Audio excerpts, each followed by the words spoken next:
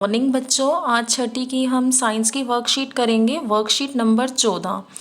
Date है आज 18 नवंबर। आज की वर्कशीट में आपको वाष्पोत्सर्जन के बारे में समझाया गया है। वर्कशीट शुरू करते हैं। पौधे भोजन कैसे बनाते हैं। पौधे अपना भोजन पत्तियों में बनाते हैं। पौधे जो है बेटा अपना भोजन पत्तियों में बनाएंगे, ठीक है। पौधों को भोजन ना तो मिट्टी से मिलेगा ना पानी से मिलेगा। पत्तियां हरी होती हैं, इसीलिए पौधे अपना भोजन बना पाते हैं। पौधे की पत्तियों में एक हरे रंग का रासायनिक पदार्थ, हरे रंग का एक वर्णक होता है जिसे हम क्लोरोफिल कहते हैं। और क्या चाहिए पौधे को? सूरज का प्रकाश चाहिए। और ये भोजन बनाने की प्रक्रिया क्या कहलाती है? प्रकाश संश्लेषण। प्रकाश संश्लेषण क्यों कहलाती है? क्योंकि सूर्य का प्रकाश चाहिए पौधे को भोजन बनाने के लिए, इसलिए इसे प्रक्रिया को हम प्रकाश संश्लेषण कहते हैं। तो क्या क्या चीज़ें चाहिए पौधे को भोजन बनाने के लिए?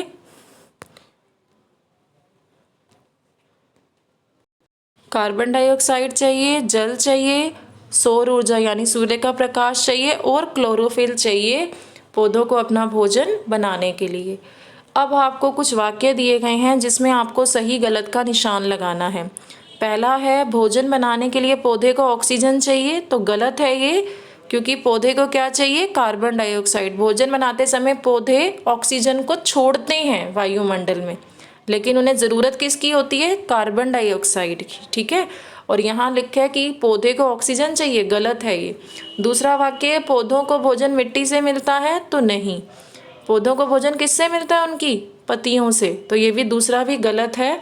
आपको यहाँ दिया गया था ये पौधे को भोजन मिट्टी या पानी से नहीं मिलता, तो दूसरे में आप क्रॉस करेंगे। तीसरा, पौधे अपना भोजन हरी पत्तियों में बनाते हैं, तो हाँ, पौधे अपना भोजन हरी पत्तियों में बनाते हैं। प्रकाश संश्लेषण के लिए सूर्य के प्रकाश की आवश्यकता होती है, तो हाँ, पौधों को भोजन सूर्य से मिलता है। पांचवें में आप क्रॉस करेंगे, पौधों को भोजन सूर्य से नहीं मिलता, पौधों को भोजन पत्तियों से मिलता है, पत्तियां भोजन बनाती है, सूर्य के प्रकाश की आवश्यकता होती है। तो पांचवें में आप क्रॉस करेंगे। पहले में क्रॉस है, दूसरे में भी क्रॉस है, तीसरा ठीक है, चौथा भी ठीक है, पांचवा भी गलत दिया, पांचवा गलत है। तीसरा ठीक, चौथा ठीक, यहाँ आपको पांचवा पहला और दूसरा गलत दे रखा है, ठीक है। इस तरीके से आप इनको नोट कर लेंगे। वाष्पोत्सर्जन, पानी जो जमीन पर गिरता है वह पौधों की जड़ों द्वारा सोख लिया जाता है।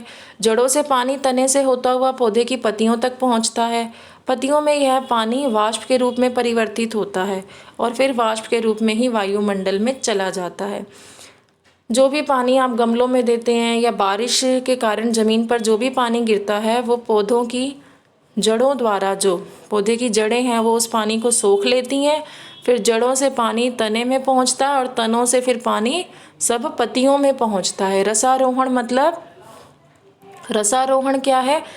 जो जड़ों ने पानी मिट्टी से लिया है उसे तना जो है वो लेकर के पौधे के सभी भागों में पहुंचा रहा है, इसे क्या कहेंगे हम? रसारोहण।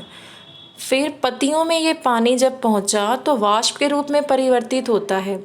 धूप मिलने के कारण, धूप सूरज के प्रकाश से क्या है? गर्मी मिलती है ना, तापमान मिलता है।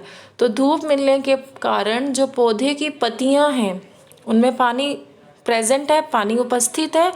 वो क्या, पानी की जो बूंदें पत्तियों पर हैं वो क्या बनेगी? भाप बनती हैं, वाष्प के रूप में बदल जाती हैं वो, ठीक है। गर्मी के कारण वो जल की बूंदें जो पौधे की पत्तियों पर है वो भाप बनती है। भाप क्या है? जल का गैसीय रूप है।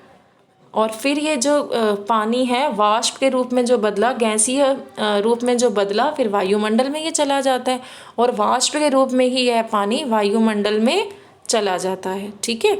यहाँ आपको देखिए दिखाया गया है जल का वाष्प के रूप में निष्कासन, मतलब पत्तियों से पानी का जो है वाष्प के रूप में निष्कासन मतलब निकलना। आगे पढ़ते हैं। हमें यहाँ एक डायग्राम दिखाया गया है। पौधे जो हैं वो जल लेते हैं, कार्बन डाइऑक्साइड का उपयोग करते हैं, ऑक्सीजन को छोड़ते हैं और सूरज का प्रकाश चाहिए उन्हें भोजन बनाने के लिए, और क्लोरोफिल तो पौधे की पत्तियों में होता ही है, ठीक है। तो ये प्रकाश संश्लेषण की प्रक्रिया दिखाई हुई है। यहाँ देखिए आपको क्या दिया है, आइए हम अभ्यास करें। वाष्पोत्सर्जन के लिए पानी कहाँ से कहाँ तक पहुँचता है, यह जानने के लिए कुछ वाक्य दिए गए हैं। इनको सही क्रम में लगाना है कि पहले क्या होता है फिर बाद में क्या। हमें दिया हुआ है पत्तियों से पानी वाष्पित हो जाता है पहले, कि पहले जड़ें पानी को अवशोषित करती हैं, या पहले तना पानी को पत्तियों तक पहुंचाता है, या पानी जड़ से तने तक पहुंचता है। ये 4 वाक्य हमें दिए हुए हैं। तो सबसे पहले जड़ें जो हैं, ये वाला वाक्य, जड़ें पानी को अवशोषित करती हैं, फिर पानी जड़ से तने तक पहुंचता है, ये दूसरे नंबर पे आएगा, ठीक है। फिर तना पानी को पत्तियों तक पहुंचाता है, ये तीसरे नंबर पे आएगा। फिर पत्तियों से पानी वाष्पित हो जाता है। इस तरीके से आप इसको लिखेंगे, ठीक है। इनका हमें क्रम बताना था। ये तीसरे नंबर का है। पहला है जड़ पानी को अवशोषित करती है, दूसरा पानी जड़ से तने तक पहुंचता है, तीसरा है तना पानी को पत्तियों तक पहुंचाता है, चौथा है पत्तियों से पानी वाष्पित हो जाता है।